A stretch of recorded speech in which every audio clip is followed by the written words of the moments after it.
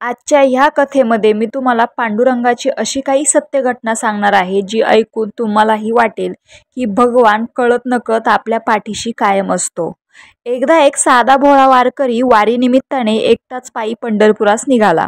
रस्त्याने जिथे मिळेल तिथे तो मुक्काम करायचा.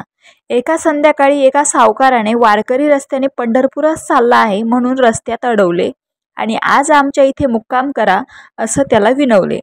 तो वारकरी रात्री तिथेच पाहुणचार करून पुन्हा आपल्या मार्गावर सकाळी निघणार. तोच सावकार म्हणे की थांबा बाबा, माझ्या आंब्याच्या झाडाचे आंबे काही दिवसातच पिकतील, त्यामुळे हे मस्त 5 आंबे सोबत घेऊन जा आणि पांडुरंगाच्या चरणावर ठेवा. त्यांनी ते 5 आंबे सोबत घेतले. काही दिवसातच ते पंढरपूरला पोहोचले. तिथे ते दशमीला रात्री पोहोचले आणि एकादशी पण सुरू झाली होती. इतक्या रात्री दुकानं पण सर्व बंद. पण खूप भूक लागली म्हणून त्यांनी पिशवीतील आंबे काढले आणि पांडुरंगाची माफी मागून 2 आंबे खाल्ले. दुसऱ्या दिवशी सकाळी दर्शनाला गेले. उरलेले 3 आंबे पांडुरंगाच्या पायथ्याशी ठेवले आणि दुसऱ्या दिवशी पुन्हा आपल्या परतीच्या प्रवासाला निघाले. पुन्हा जिथे सावकाराकडे मुक्काम केला तिथपर्यंत आल्यानंतर सावकाराने रस्त्यात अडवतच त्यांना विचारलं की बाबा, दिले का पांडुरंगाला माझे आंबे? बाबा बोलले, हो दिले, पण 3च दिले. मला खूप भूक लागली होती म्हणून मी 2 खाल्ले.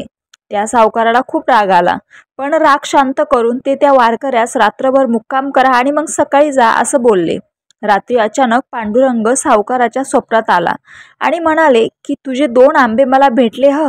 सावकार खडबडून जागा झाला. तितक्या रात्री त्याने त्या वारकऱ्याला उठवलं आणि विचारलं की तू तर 3 आंबे ठेवले होते, 1 आंबा कुठे गेला? काय घोटाळा केलास तू? जोपर्यंत तू कबूल करत नाहीस तोपर्यंत मी तुला सोडणार नाही. ढोंगी वारकरी कुठला, असं म्हणून त्यांनी खूप सारा अपमान केला आणि पुन्हा ते झोपायला गेले. आणि पुन्हा पांडुरंग सावकाराच्या स्वप्नात आला आणि बोलले की अरे वेड्या, माझ्या भोळ्या वारकऱ्याने जे 2 आंबे खाल्ले तेच मला भेटले, बाकी ते माझ्या चरणावर पोहोचले ते तर पुजाऱ्यालाच माहीत. ते ऐकून सावकाराने पुजाऱ्याचे पाय धरले आणि माफी मागितली. या सर्व कथेतून समजतं की पांडुरंगाचं स्वतःपेक्षाही भक्तावर अनन्यसाधारण प्रेम होतं. मुळात ते गेले 28 युगे उभे तिथे भक्तांसाठीच आहेत. हे ज्याला समजेल तो त्याच्या आयुष्यात भरपूर असा दानधर्म करेल.